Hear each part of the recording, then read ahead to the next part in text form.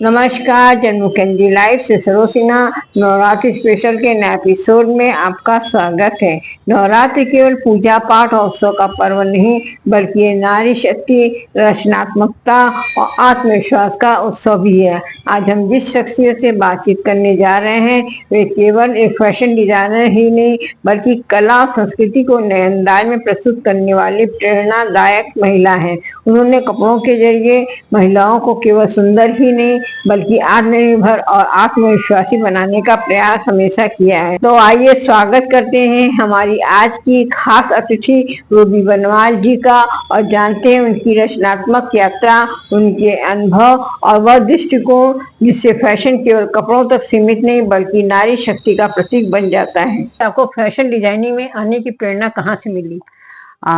Fashion designing के पहले जब मैंने ग्रेजुएशन किया, मैं इलाहाबाद यूनिवर्सिटी से ग्रेजुएट हूँ और मैं भदोही से बिलोंग करती हूँ, जहाँ की मेरे पेरेंट्स कारपेट का बिजनेस करते थे। वो कारपेट एक्सपोर्टर हैं। तो जब एजुकेशन मैंने खत्म किया और मैं उनके यहाँ गई, तो वो जो कारपेट्स भी बनते थे वो भी मेरे को बहुत ही इंटरेस्टिंग लगते थे। नए नए कलर्स, नए नए डिजाइन्स। तो कुछ करने का हमेशा से इच्छा था। कुछ दिनों तक कहीं जॉब किया, पर वो जॉब मेरे टेम्परामेंट को सूट नहीं कर रहा था, क्योंकि मेरे को हमेशा कुछ नया करने को चाहिए था, कुछ क्रिएटिव चाहिए था। कारपेट्स मेरे को इंटरेस्टिंग लगते थे, लेकिन मेरे को फैमिली बिजनेस नहीं ज्वाइन करना था, कुछ नया, कुछ अपना शुरू करना था। तो मैंने स्टडी किया। उस समय फैशन डिजाइनिंग एकदम मतलब इतना ज्यादा फैशन डिजाइनर्स नहीं थे, ना इतनी पॉपुलैरिटी थी, कुछ लिमिटेड इंडियन फैशन डिजाइनर थे। तो मुझे लगा कि ये काम इतना अच्छा है, इसमें रोज क्रिएटिव कुछ नया करने को मिलेगा मेरे को। और उसके बाद मनी वाइज भी ये बहुत ही अच्छा था। तो जब मैंने ऐसा सोचा, तो मुझे लगा कि अच्छा, कुछ भी स्टार्ट करने के पहले आपको उसके बारे में अच्छे से जान लेना चाहिए। तो मैंने दिल्ली से इफ्त से फैशन डिजाइनिंग का कोर्स किया। कोर्स करके और फिर कुछ दिनों तक एक डिजाइनर को मैंने हेल्प किया वहां पे, और वेल ट्रेंड हो गई। तब मैं उसके बाद वापस अपनी जगह पे आई और फिर यहाँ से मैंने अपना काम स्टार्ट किया। एक महिला होने के नाते क्या आपको इस क्षेत्र में कदम रखने पर कभी अतिरिक्त चुनौतियों का सामना करना पड़ा? हाँ, ये कह सकते हैं, क्योंकि कोर्स तो मैंने दिल्ली से किया। दिल्ली का एटमॉस्फेयर, मैंने ये सारा कुछ किया है 96-97 में कोर्स किया था मैंने।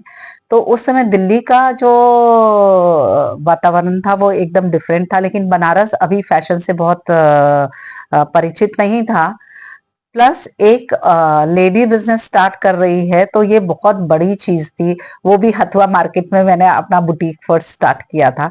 तो जब मैं जाती थी, आती थी, तो लोग कमेंट करते थे कि अच्छा, ये काम कर रही है।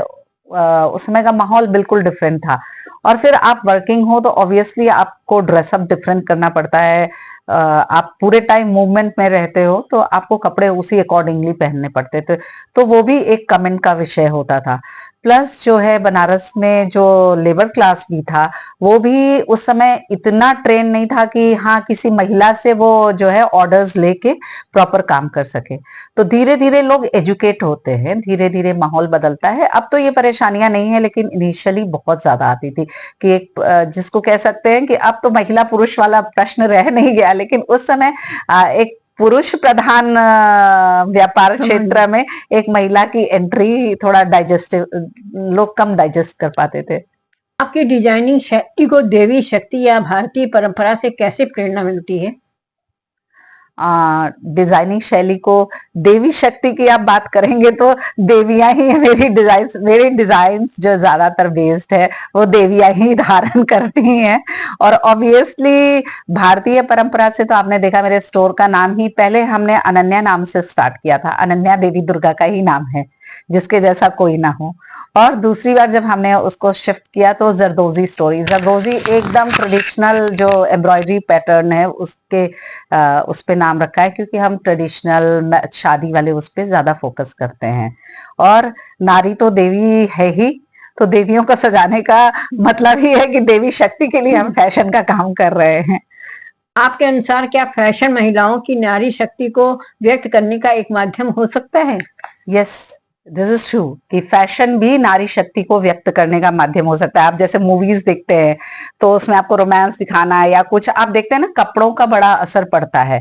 वैसे ही जब नारी शक्ति को दिखाने का बात आता है, तो आप जब शक्ति को रिप्रेजेंट करते हैं, तो हमारी मेंटालिटी है, चाहे हम कितना भी वेस्टर्न कल्चर को अडॉप्ट कर लें या कहीं भी घूम के आए, शक्ति की बात आती है तो भारतीय कपड़े ही हमारे ध्यान में आते हैं। तो शक्ति और फैशन दोनों एक दूसरे के साथ बहुत ही जुड़े ही हुए हैं, जिसको हम कह सकते हैं। बिना फैशन के आप किसी भी इमोशन को अभिव्यक्त नहीं कर सकते हैं प्रॉपर। समाज अक्सर महिलाओं के पहनावे को लेकर निर्णय करता है, ऐसे में एक डिजाइनर के रूप में आप क्या संदेश देना चाहती हैं? ये आप सही कह रहे हो कि समाज अक्सर महिलाओं के पहनावे को लेकर निर्णय करता है, लेकिन ये बहुत पुरानी बात हो गई है। अब आई गेस धीरे धीरे मेंटालिटी चेंज हुई है, लेकिन स्टिल अगर ऐसा है तो इसको हमको बदलने की जरूरत है। पोशाक जहां तक महिलाओं का हो या पुरुषों का हो, अभद्रता फैशन नहीं है। तो अभद्रता को कोई भी नहीं प्रमोट करता। अभद्र पुरुष भी हो सकते हैं, महिलाएं भी हो सकती है। और जहां आप शालीनता से ड्रेसअप हो, फैशन अभद्रता का नाम नहीं है। फैशन आपके व्यक्तित्व को निखारने का नाम है। तो आपके व्यक्तित्व की सुंदर अभिव्यक्ति फैशन होती है। तो इसलिए समाज उसी समय निर्णय ले सकता है जबकि आप अभद्र हो, आपकी शालीनता को कोई क्वेश्चन नहीं कर सकता। तो मुझे लगता है कि अब धीरे धीरे समाज बदल रहा है। अभद्रता किसी भी समय में अप्रिशिएट नहीं किया जाता था। तो बात सिर्फ अभद्रता और शालीनता की होती है। पहनावा कोई भी हो, शालीन होना चाहिए। क्या आपको लगता है कि कपड़े केवल सुंदरता नहीं बल्कि आत्मविश्वास और शक्ति का भी प्रतीक है? यस, मेरे को लगता है कि कपड़ों से बहुत ज्यादा आपके आत्मविश्वास पे फर्क पड़ता है। मैंने बहुत बार देखा है कि अगर आप प्रॉपर ड्रेसअप नहीं हो तो आप जब कहीं भी निकलते हो तो आपके अंदर वो कॉन्फिडेंस कम रहता है। आप खुद भी महसूस कर सकती हैं, ये कोई भी महसूस करता होगा कि जिस दिन अच्छे से तैयार है, अच्छे कपड़े पहने हैं और आप बाहर जाते हैं तो आपका कॉन्फिडेंस लेवल चेंज हो जाता है। या एक बहुत पुरानी घटना बतानी चाहूंगी कि बहुत साल पहले क्या हुआ था कि हमारा बुटीक था हथुआ मार्केट में। तो बीएचयू के एक प्रोफेसर थे, तो वो मेरे पास आए और उन्होंने कहा कि बेटा, मेरी डॉटर है, उसको शादी के लिए लोग देखने आते हैं और हर बार वो रिजेक्ट कर दी जाती है। I don't know where is the problem, वो थोड़ा सांवली है। तो मैंने कहा कि आप उसको लेके आइएगा, ऐसा हो ही नहीं सकता है कि। तो वो लेके आए, तो हमने उनको देखा। अब वो डल कॉम्प्लेक्शन के कारण वो उनको एकदम डल कलर्स भी पहना देते थे, ग्रे व्हाइट। लोगों को लगता है कि हम सांवले हैं तो हम ऐसे कलर्स पहनेंगे तो हमारे ऊपर ज्यादा सूट करेगा।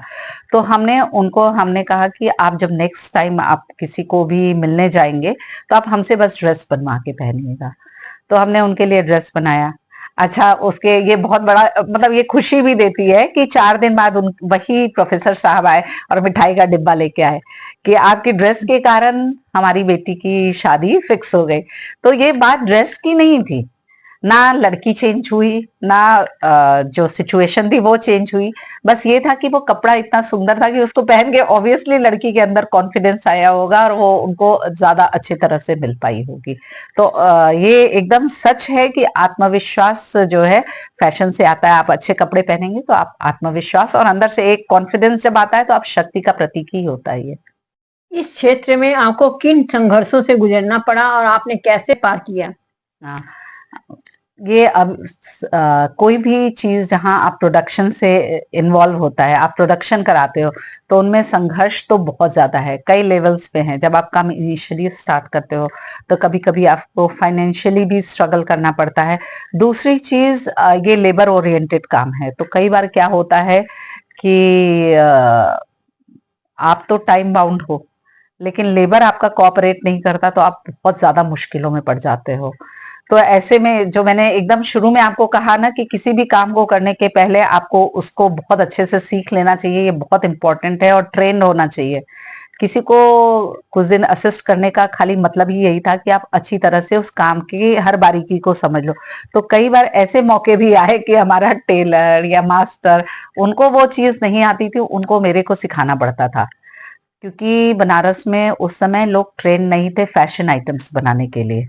तो इनिशियली यही बहुत बड़ा प्रॉब्लम था कि हमको मास्टर को भी ट्रेन करना पड़ता था, टेलर्स को भी बताना पड़ता था, और इवन एम्ब्रॉयडर्स को भी आपको हल्का ट्रेन करना पड़ता था कि नहीं ऐसे धागा यूज करो, ऐसे कलर कॉम्बिनेशन हो।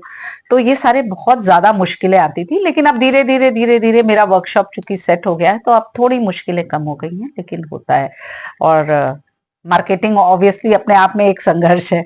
नवरात्रि जैसे त्योहारों में आपके डिजाइन किस तरह उत्सव और शक्ति को दर्शाते हैं? नवरात्रि में आप देखते होंगे कि नवरात्र बोलते ही कलरफुल कपड़े ध्यान में आते हैं। तो हम नवरात्र में एकदम कलरफुल इंडियन ड्रेसेस डिजाइन करते हैं। डांडिया का भी समय होता है और पूजा का भी समय होता है। तो पूजा पूजा तो खुद अपने आप में इतना दिव्य एक इमोशन है कि जब आप इंडियन एक कलरफुल कपड़ा, जब भी आप सोचोगे शक्ति के बारे में तो आप एक इंडियन कपड़े के बारे में ही सोचोगे। आप कभी भी जीन्स और शर्ट पहन के शक्ति के बारे में नहीं सोच पाते हैं क्योंकि देवी से रिलेटेड है। तो ऑब्वियसली हमारे डिजाइन्स में वो सब कुछ होता है, कलर्स होते हैं, उनमें एक स्मार्टनेस होती है। तो वो उत्सव और शक्ति दोनों ही सेलिब्रेशन के लिए परफेक्ट होते हैं। ग्रामीण या पिछड़े क्षेत्रों की महिलाओं को फैशन और हस्तकला के जरिए आप कैसे सशक्त बना सकती हैं? हम लोगों ने मैंने जब शुरू में काम स्टार्ट किया था तो मैंने भदोही के पास एक टाउन है छोटा सा खमरिया, वहां से स्टार्ट किया था। तो वहां की मुस्लिम लेडीज को मैंने ट्रेन किया था क्योंकि वही आगे बढ़ के काम करने आए थे, इसलिए मुस्लिम लेडीज बोल रही हूँ। तो उनको हमने ट्रेन किया था और मेरा पूरा स्टिचिंग 100% वही करती थी, सिर्फ मास्टर बाहर के थे। उसके कुछ सालों के बाद हमने एक गवर्नमेंट स्कीम थी, उसके तहत कुछ मशीन्स लगा के कुछ और लड़कियों को ट्रेन किया और वो हमारे लिए काम करती थी। और बहुत छोटी छोटी चीजें, चूंकि उनको मेरे को काम देना था इसलिए हम बहुत छोटी छोटी, अभी भी आपने बुटीक में एंटर किया होगा तो आपने देखा होगा कि कुछ बटुए हैंग कर रहे हैं। तो ये बटुए भी हमारे कुछ ऐसी महिलाएं हैं जो कि घर से बाहर निकल के काम नहीं कर पाती या घर वाले उनको अलाउ नहीं करते हैं, तो वो छोटे छोटे हमारे कपड़े ले जाती हैं और बना के हम भेज देते हैं। इनफैक्ट ले कहाँ जाती हैं तो वो बना के देती हैं और हम उनको फाइनेंशियली इस तरह से हेल्प करते हैं। मतलब बहुत सारी औरतें, भदोई में तो मुझे याद है कि कई सारी औरतों ने, चूंकि हस्बैंड्स प्रॉपर काम नहीं करते थे, इसी अर्निंग से उन्होंने अपने घर भी बनाए थे और घर चलाते भी थे, बच्चों को एजुकेशन भी दिया था। भारतीय संस्कृति और फैशन को ग्लोबल प्लेटफॉर्म पर दिखाने में महिलाओं की क्या भूमिका हो सकती है?